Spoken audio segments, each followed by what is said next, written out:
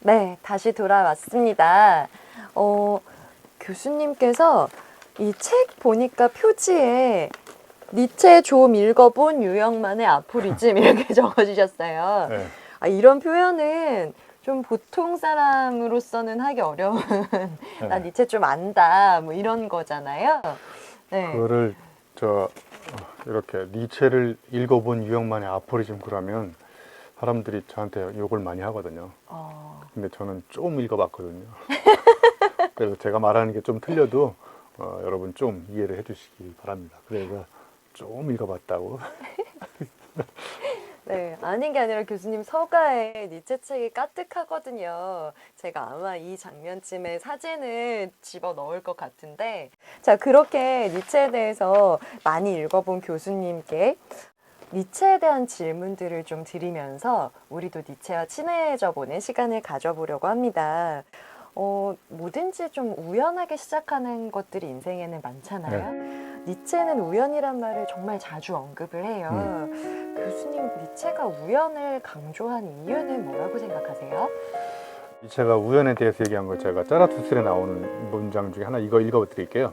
나는 아직도 우연이라는 것 모두를 내 냄비 속에 넣고 끓인다.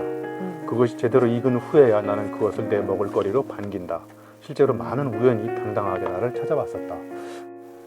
어떤 깨달음, 철학적인 어떤 그 통찰력 이런 것들이 우연히 찾아오거든요. 그래서 이 우연이라는 것을 여러분 계획 세울 수는 없잖아요. 맞아요. 그러니까 니체가 그 합리성, 어떤 논리, 이성 이런 것보다는 이제 우연을 강조하는 이유 중에 하나도 근데 우리가 많은 것을 깨닫는 것들은 우연히 깨닫게 되거든요.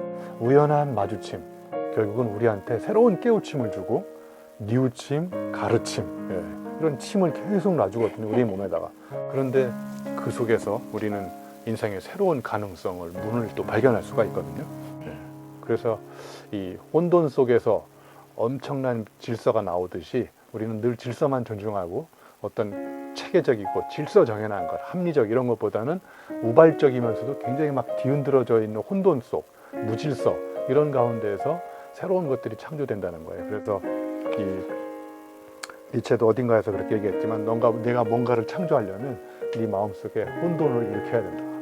그래서 혼돈과 우연성을 니체가 계속 강조하는 것도 미리 계획된 삶 그런 것이 아니라 어떤 삶이 나한테 다가올지를 몰랐을 때 모를 때 그때 오히려 더 심장이 뛰지 않나요? 그럼요. 네. 사실이에요? 지금도 교수님이 뭘 물어볼지 모르겠어서 심장이 너무 뛰어요. 네. 근데 그런 우연한 마주침들을 니체가 이 우연함이 나에게 어떤 의미일까? 이런 우연함을 만나는 나는 또 어떻게 변화하고 있나? 라는 것들을 아주 끊임없이 치열하게 생각한 내용들이 또 철학에 담겨 있거든요. 네, 그렇죠. 네, 질문은 인생에서 왜 중요하다라고 생각하세요, 교수님? 네, 그것도 니체 문장을 하나 읽어드릴게요. 즐거운 학문에 나오는 말이에요. 우리 청각의 한계. 인간은 대답할 수 없는 질문만을 듣는다. 그다음에 또 하나는 이제 짜라투스에 나오는 질문에 관한 시도와 물음, 그것이 나의 모든 행로였다.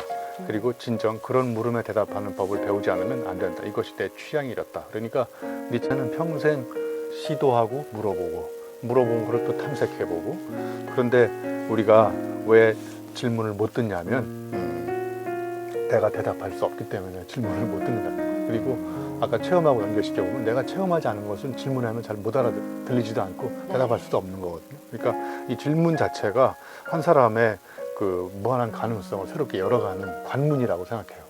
그래서 저는 이 4차 산업혁명이 왔을 때 인간이 갖고 있는 여러 가지 고유한 능력 중에 기계가 인공지능이 쉽게 대체할 수 없는 가장 첫 번째가 바로 호기심을 가지고 질문하는 거라고 생각해요.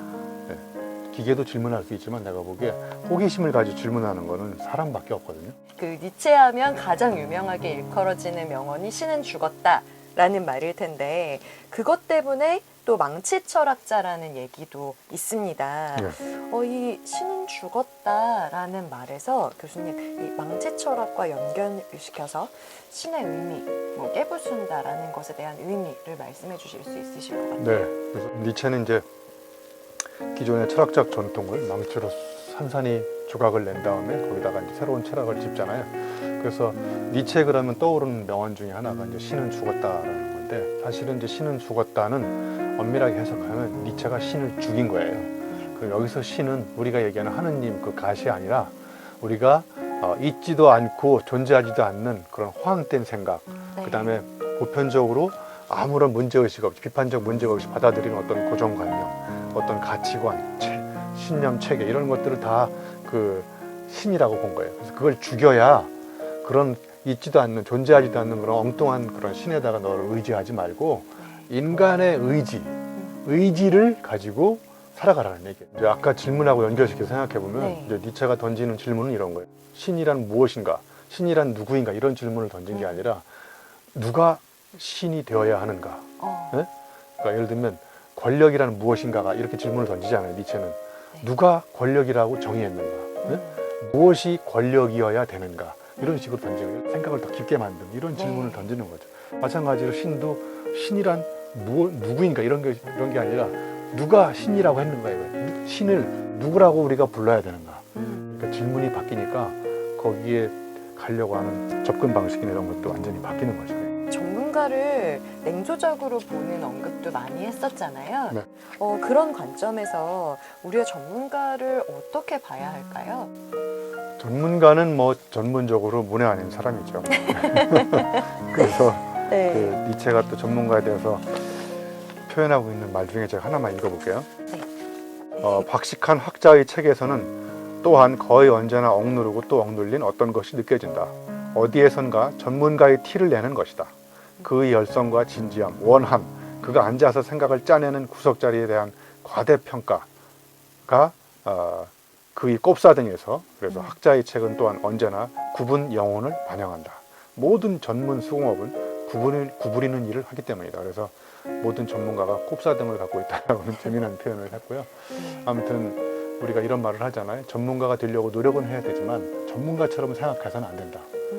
그러니까 전문가가 되면 될수록 모두 다 전문가가 돼야 되지만 전문가처럼 생각하기 시작하면 전문가끼리만 소통이 되고 전문가를 벗어난 또 다른 전문가하고 소통이 안 되고 학자는 책상에서 공부만 하면서 자학하는 사람이 아닌가, 니체가 이렇게 비판을 하는 거죠. 그러니까 여전히 니체는 전문가적인 어떤 경지, 어떤 그 사람들의 어떤 자격 요건 이런 것들을 비판 삼는 것이 아니라 책상에 앉아서 너무 오랫동안 한 분야만 깊이 파고들다 보면 우리가 지난 시간에 얘기했던 것처럼 깊이 대상이 될 수 있다. 그러니까 진정한 전문가가 되려면 어떻게 해야 되는지에 대한 그런 자기 나름대로의 생각을 많이 이야기하고 있지 않나 이런 생각을 해봤어요. 네. 그러면 학자로서 어떤 사상을 가져야 될 것이냐, 사상가에 대한 이야기도 아침놀이라는 책에서 했었거든요. 네, 거기 이제 그 피상적 사상가가 첫 번째 나와요. 말 그대로 피상적 사상가는 겉에 드러나 있는 피상적인 의미만을 추구하는 사람이죠. 네. 그러니까 근본적인 원인을 파고들기보다는. 그다음에 이제 두 번째는 심오한 사상가예요. 이제 나름대로 이제 깊이 팝니다. 예. 깊이 대상이 될 수 있겠지만 심오한 사상가. 예. 그다음에 이제 철저한 사상가는 이제 근본 가정이나 뿌리까지 파고 들어가요. 그래서 그 뿌리가 박혀 있을 때 그것이 존재하고 있는 가정이나 이 펀더멘탈, 근본적인 토대는 무엇인지 이런 것까지 파고 들어가는데, 사실은 이제 피상적 사상가나 심오한 사상가나 뭐 철저한 사상가가 다 필요하지만 니체는 아예 이제 마지막 사상가를 제시합니다. 그 지하의 사상가라고 그래서 이제 근본적인 가정 자체를 뒤집어 엎어요. 그래서 여기서 다시 한번 니체가 전복의 철학자라는 게 나오는 거죠. 물론 이제 피상도 봐야 되고 깊이 파기도 하고 근본적인 가정이나 펀더멘탈도 파고들어서 그것의 의미를 반추해보고 해석해봐야 되기도 하지만, 진짜 위대한 사상, 기존 세계를 뒤집어 엎는 새로운 어떤 혁명의 물결을 일으키기 위해서는 기존 사상들이 갖고 있는 철학적 가정을 싹 없애버리는 거죠. 또 4개의 단계의 사상가에 대한 이야기도 해봤습니다. 역시나 니체야말로 파격을 얘기하는 철학자인 것 같아요. 니체 철학을 여러 가지로 얘기를 하고 있는데요. 핵심 키워드들은 몇 가지 이렇게 꼽아낼 수 있는 것 같아요. 교수님께서 적어주신 책에도 몇 개가 꼽혀 있죠. 그 중에서도 힘의 의지, 아모르 파티, 위버맨십, 영원 회귀, 이 4가지를 특히 강조해 주셨거든요. 네. 근데 이게 각각이 다 너무나도 어려울 수 있는 개념이지만 교수님 정말 쉽게 설명을 부탁드릴게요. 네, 과연 쉽게 설명이 가능할지.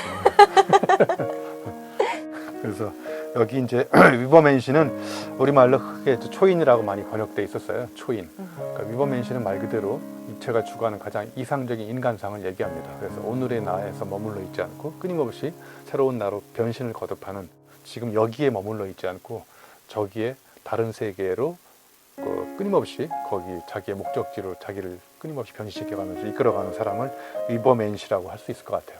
그럼 위버맨시가 살아가는 삶에는 몇 가지가 필요할 것 같아요. 첫 번째는 자기의 운명을 그냥 수용하지도 말고, 자기 운명을 거부하지도 말고, 자기가 태어났을 때 자기의 운명을 사랑하라는 메시지가 필요합니다. 그게 바로 이제 아모르 파티예요.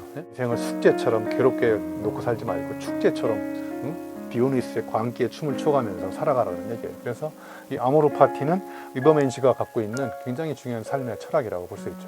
그다음에 두 번째는 이제 힘의 의지라고 있어요. 힘의 의지는 간단하게 얘기하면 내가 뭔 일을 했을 때 힘이 되는 게 있어요. 뭔 일을 하면 힘이 막 솟아나는 게 있어요. 네.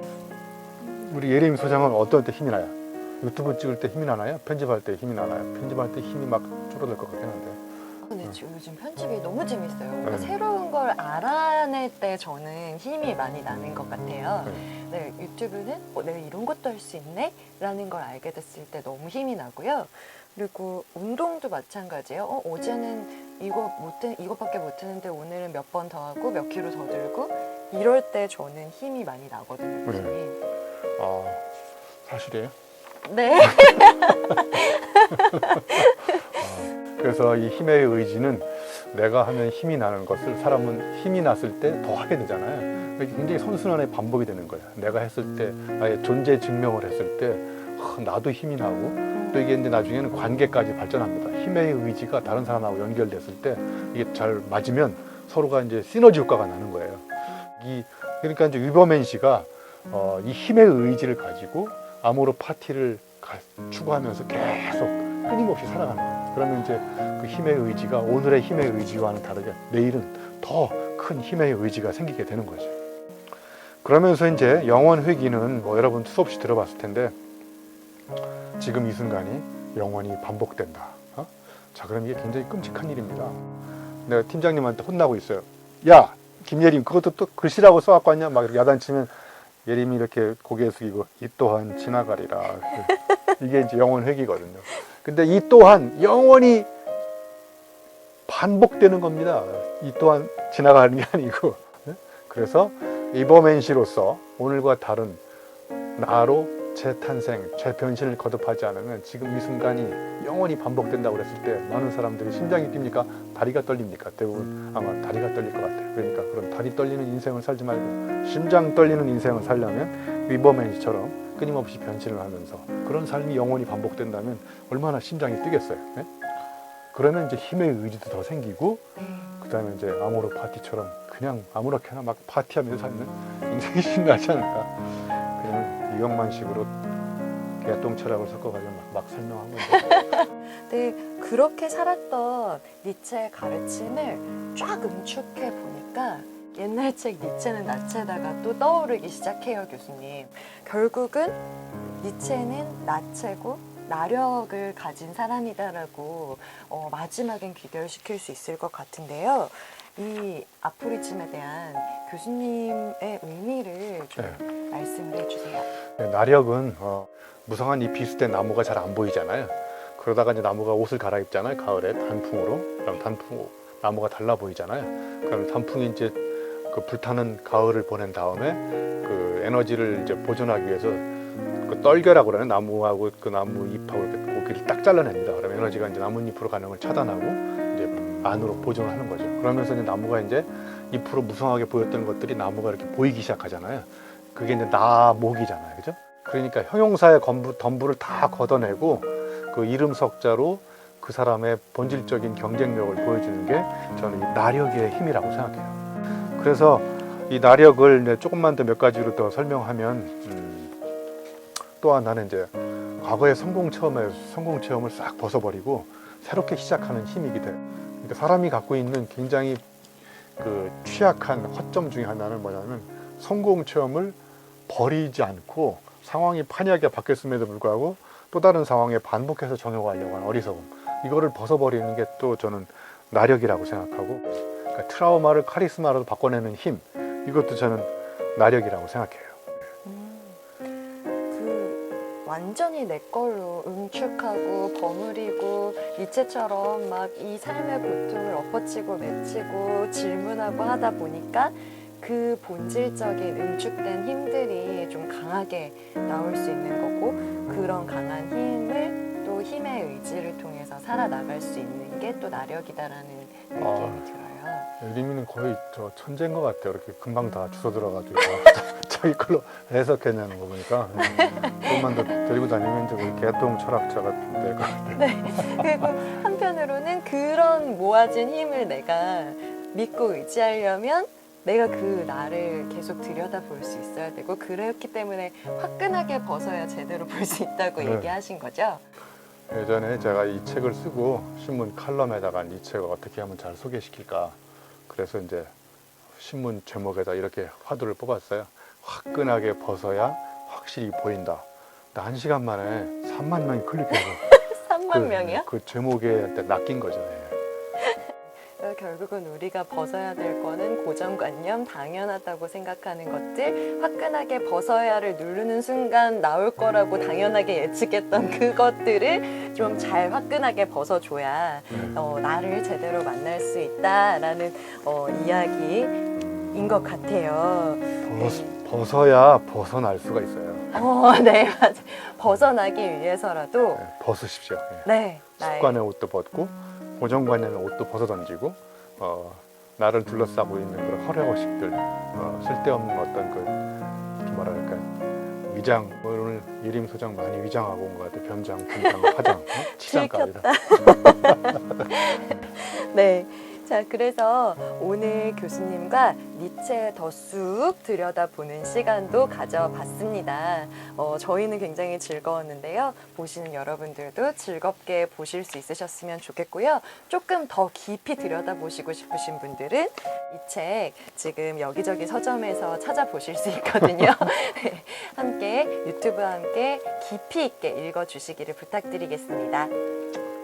네, 아무튼 오늘도 우리가 이제 어려운 니체 철학을 가지고 막 니체를 해체해 보기도 하고, 니체를 이렇게 주체 중심에 세워 보기도 하고, 니체를 신체로 이렇게 만들어 가지고 막 나체로 만들어 보기도 하고, 그래서 우리가 니체가 추구하는 어려운 철학들을 제 나름대로 이렇게 막 해설을 해봤는데, 저는 니체 해설자는 아니고요, 니체를 전공한 전공 철학자도 아니거든요. 다만 니체가 주장하는 몇 가지 철학들을 실천적인 삶에 적용하면서 보고 느꼈던 점들을 제 나름대로 우리 예림 소장하고 같이 이야기를 해봤는데, 여러분 재미있으면서 의미가 심장에 꽂혀서 의미심장한 시간이 됐으면 좋겠습니다. 네, 감사합니다.